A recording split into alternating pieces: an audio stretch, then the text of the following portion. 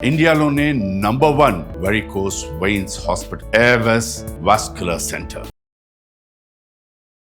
నమస్తే అమ్మా. నమస్తే అమ్మా. అమ్మ, పీరియడ్స్ వచ్చిన వెంటనే, నెలసరి వచ్చిన వెంటనే తలస్నానం కంపల్సరీయా? కంపల్సరీగా చేయకూడదు. అదేంటమ్మా చేయకూడదు పిచ్చెక్కినట్టు వెర్రెక్కినట్టు ముందు బాత్రూమ్ పరిగెత్తాం ఎక్కడున్నా కూడా? చేయకూడదమ్మా. అయ్యో. నెలసరి వచ్చింది అంటే ఏంటి అర్థం? శరీరంలో మార్పు వచ్చిందా? ఉమ్, శరీరంలో మార్పు రావడంతో పాటు వేడి వెళ్ళిపోయి చల్లబడిపోతుంది కదా శరీరం, ఉమ్, అవునా కదా? ఉమ్. అలా చల్లబడిపోయిన సందర్భంలో నువ్వు స్నానం చేస్తే ఎంత ఆరోగ్యం మీద ప్రభావం చూపిస్తుంది. ఉమ్, అసలు ఒకప్పుడు ఏం చేసేవారు ఆడవాళ్ళు? ఆ టైంలో విశ్రాంతి తీసుకోమనేవారు. ఉమ్, ఎంతగా విశ్రాంతి అంటే ఇంటి పనులు అవి ఏమీ చెయ్యరు గనక స్నానాలు అవి కూడా చేయక్కర్లేదని చెప్పారు. గప్చుప్నో మూలని కూర్చోాలి. పక్కన కూర్చుని ఉంటే మరి వాళ్ళకి ఎప్పుడూ కూడా హిస్టెక్టమీలో చేయించుకోవడం కానీ అబార్షన్లు అవ్వడం కానీ జరగలేదు కదా. మరే మెచ్యూర్ అయిన రోజు నుంచి దీన్ని చాలా పరమ పవిత్రమైనటువంటి దానిగా, చాలా జాగ్రత్తగా, ఆరోగ్య పరిరక్షణకు పనికొచ్చేటటువంటి దానిగా జాగ్రత్తలు తీసుకునేవారు. అందులో భాగంగా అసలు ఆ 3 రోజులు స్నానమే చేయొద్దనేవారు. పైగా సాత్వికమైన ఆహారం పెడుతూ ఉండేవారు, బలవర్ధకమైన ఆహారం పెట్టేవాళ్ళు. సాఫ్ట్ గా ఈజీలీ డైజెస్టెడ్ ఉండాలి, తర్వాత బలంగా ఉండాలి. అలా చూసేటటువంటి సమయాల్లో అసలు వీలైనంత వరకు శరీరాన్ని సూర్యరశ్మికి ఎక్స్పోజ్ చేయకుండా ఉంచమని కూడా చెప్పారు. ఇది ఒక సిద్ధాంతం అయితే, ఒకటి సంప్రదాయంగా ఉండేటటువంటి వాళ్ళు ఆ రోజుల్లో స్నానాలు చేసేవాళ్ళు. ఎందుకంటే స్నానం చేసి ఎట్టి పరిస్థితుల్లోనూ ఎట్లా ఉన్నా పూజ చేయకపోయినా దేవుణ్ణి తలుచుకుంటారు కదా.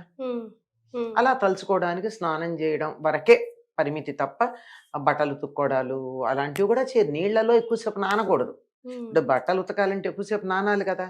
అంచేత అప్పుడు వాడినటువంటి బట్టలు కూడా తర్వాత ఒక్క రోజు చివరి రోజున చాకలికి ఇచ్చేవాళ్ళు, లేకపోతే చాకలి లేని రోజులు ఇళ్లలో ఉతుక్కునేవాళ్ళు, లేని ప్రాంతాల్లోనూ.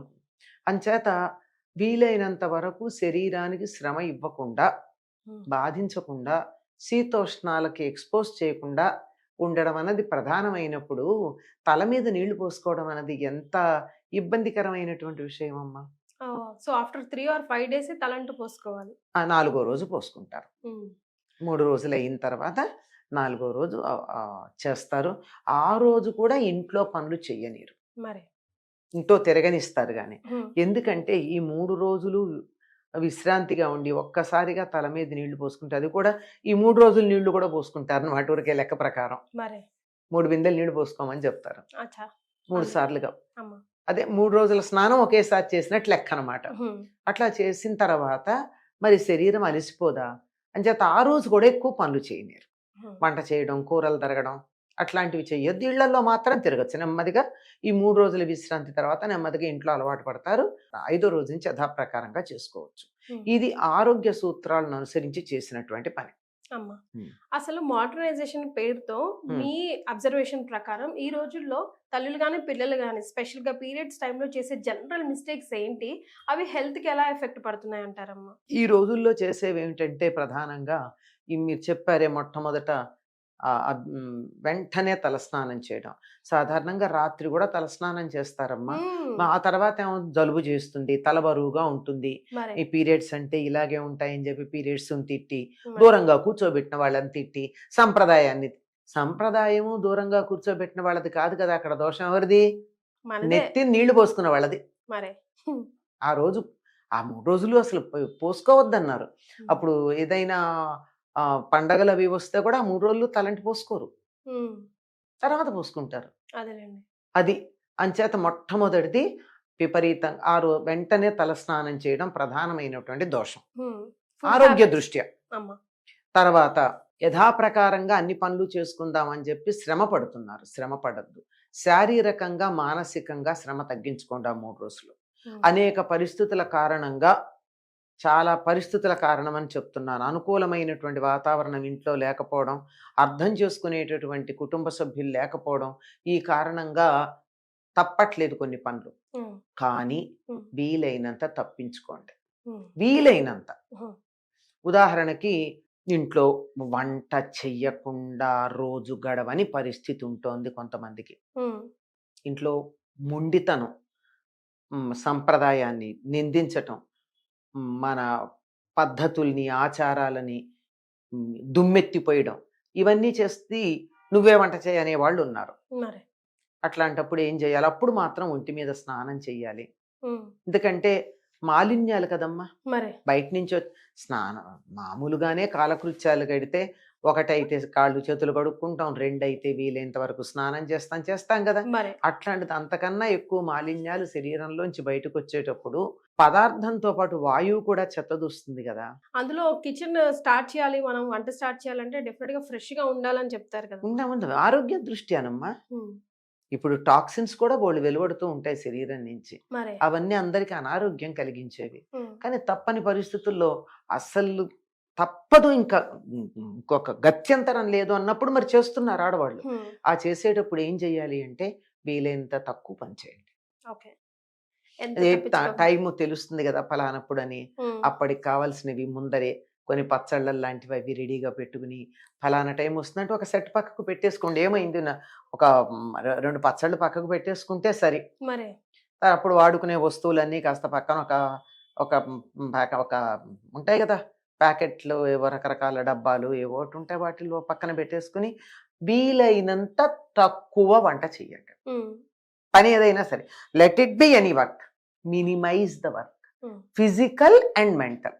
ఉమ్, మెంటల్ వర్క్ కూడా వీలైనంత తక్కువ చేయండి. అందుకే కదా పూజలు అవి కూడా చేయొద్దంటారు. అంటే మానసికమైనటువంటి ఎనర్జీస్ వస్తే డిస్టర్బెన్స్ వస్తుంది అనే ఉద్దేశంతో. ఉమ్. అంటే నాకు రాలేదు అంటే నీకు రాలేదంటే అందరికీ రాదని కాదు కదా. అందరూ ఓకే, అందరి ఇప్పుడు బాడీస్ ఒకేలా ఊళ్ళో ఉండాలి. ఇంతమందికి మరి 3 ఏళ్ల క్రితం కరోనా ఇంతమందికి వచ్చింది, రాని వాళ్ళు ఎంతమంది లేరు? మరి ఉమ్, రాని వాళ్ళని దృష్టిలో పెట్టుకుని ససెప్టబుల్ గా ఉన్న వాళ్ళని ఏం పర్వాలేదు నాకు రాలేదు కనుక నువ్వు కూడా వెళ్ళు అంటే మరి తప్పు కదా. ఉమ్, మన ఏ సంప్రదాయం చెప్పినా యావరేజ్ హ్యూమన్ బీయింగ్ ని దృష్టిలో పెట్టుకుని చెప్పారమ్మా. ఎప్పుడు ఎబవ్ ఉంటారు వాళ్ళు, స్టాండర్డ్ కాదు. అందులో ఈ రోజుల్లో పిల్లలు చాలా ఇబ్బంది పడుతున్నారమ్మా పీరియడ్స్ టైంలో. ఉమ్. చాలా అంటే చాలా, అసలు 2-3 రోజులు ఎందుకు ఇబ్బంది స్కూళ్ళకి, పడుతున్నారో కాలేజీలకి- నేను చెప్తాను. అమ్మా మొదటి 3 సార్లు సరైన జాగ్రత్తలు తీసుకోకపోవడం. అది మొదటి 3 సార్లు ఉమ్. అది. అప్పుడు మోడర్నైజేషన్ పేరుతో ఇష్టం వచ్చినట్టు తిరగడం, ఆ, ఇంట్లో పెద్దవాళ్ళ మాటని వినిపించుకోవడం, ఇదంతా చాదస్తాం అనడం మన ఒంటికే తెచ్చి పెడుతుంది.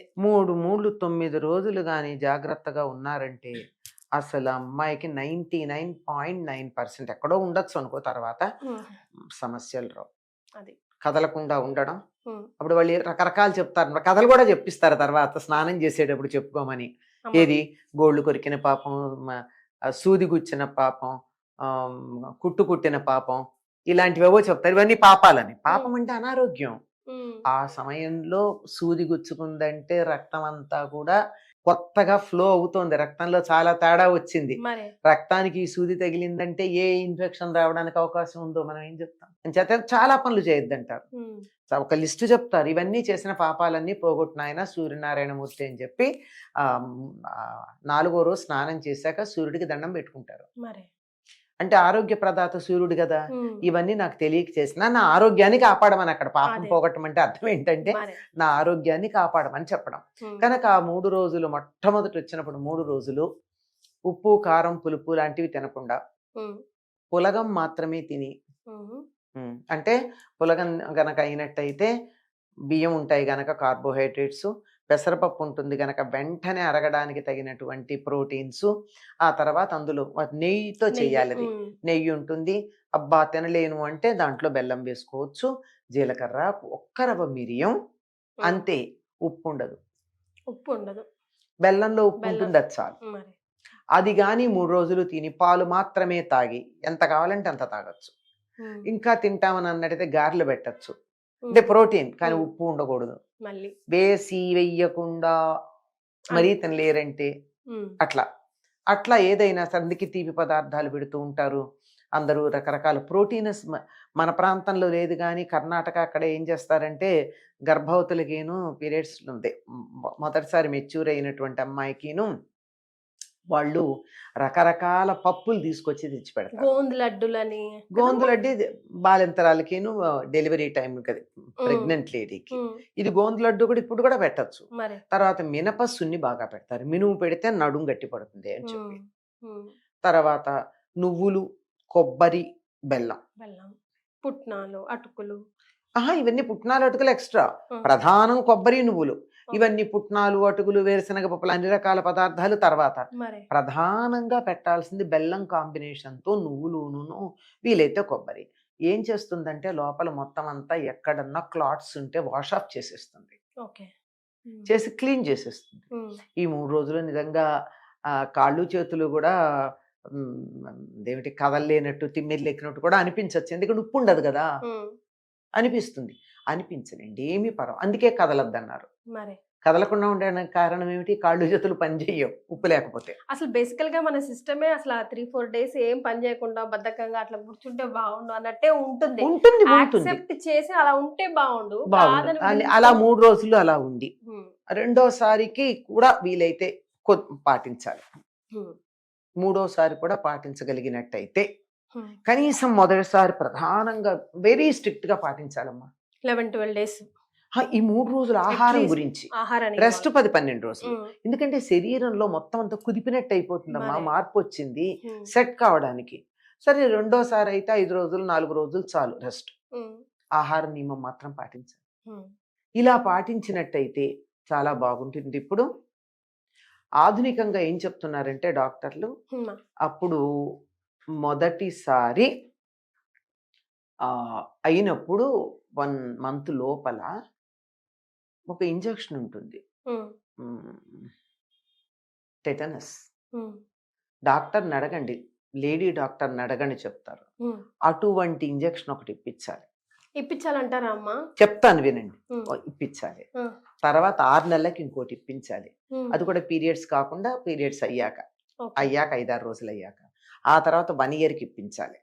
అంటే 1.5 years అవుతుంది. లైఫ్ లో టెటనస్ తీసుకోవాల్సిన అవసరం ఉండదు అమ్మాయి. ఇది ఒక రాకముందే తీసుకోవచ్చా? అవసరం లేకముందే. అప్పుడు ప్రభావం అప్పుడే ఉంటుంది. అప్పుడు శరీరంలో మార్పు వచ్చినప్పుడు యాంటీ టెటనస్ పడాలి. రాకముందు తీసుకుంటే టెటనస్ ఎట్లా అవుతుంది? ముందే యాంటీ టెటనస్ ఎట్లా ఉంటుంది? ముందర ఎందుకు ఇవ్వాలి యాంటీ టెటనస్? బాగా కొంచెం అవేర్నెస్ ఉండి కొంచెం చదువుకున్న డాక్టర్ దగ్గరికి వెళ్ళండి. అంతేగాని కాగితాల మీద డిగ్రీ ఉన్న డాక్టర్లు కాకుండా ఒక లేడీ డాక్టర్ దగ్గరికి వెళ్తే ఈ విషయంలో మామూలు మెడిసిన్ కన్నా కూడా కమ్యూనిటీ హెల్త్ వాటి మీద కొంచెం పరిశోధన చేసిన డాక్టర్ల దగ్గరికి వెళ్ళాలి.